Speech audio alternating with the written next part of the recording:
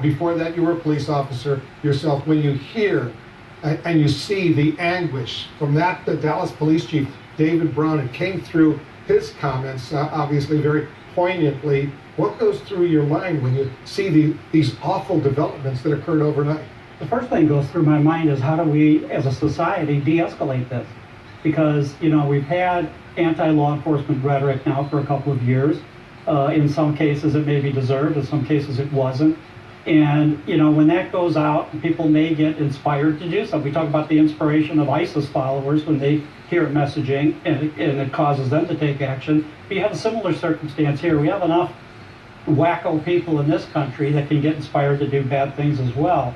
And so you wonder, how do we bring a stop to this?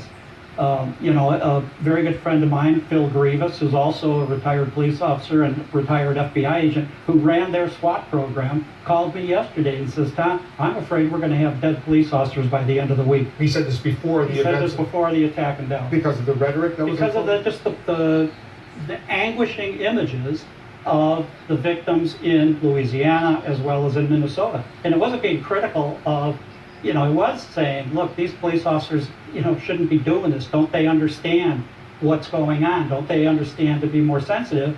But I see instances over and over where police departments say, we're not going to spend the money to have a good screening program. We're not going to spend the money to have a good training program. And then they turn around, and we've heard almost one after the other, later pay $6 million to the family of Tamir Rice, the family of Laquan McDonald in Chicago, the family of Freddie Rice in Baltimore. So you hear, and you say to yourself, that would pay for training and screening for the next 25 years for your department.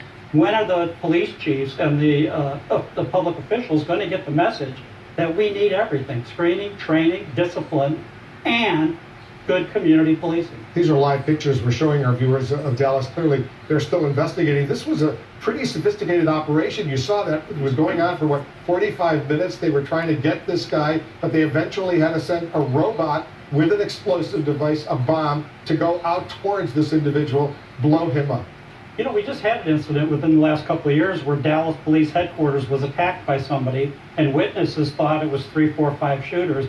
But in a tall building area like downtown Dallas, it creates an echo canyon. So one shot can bounce back and forth off the buildings and sound like 5 shots. Not the bullet bouncing back, but the sound of it bouncing around. So that creates a lot of confusion. He must have had some sort of sophisticated training, this sniper, because he was gunning down police officers over a long period of time.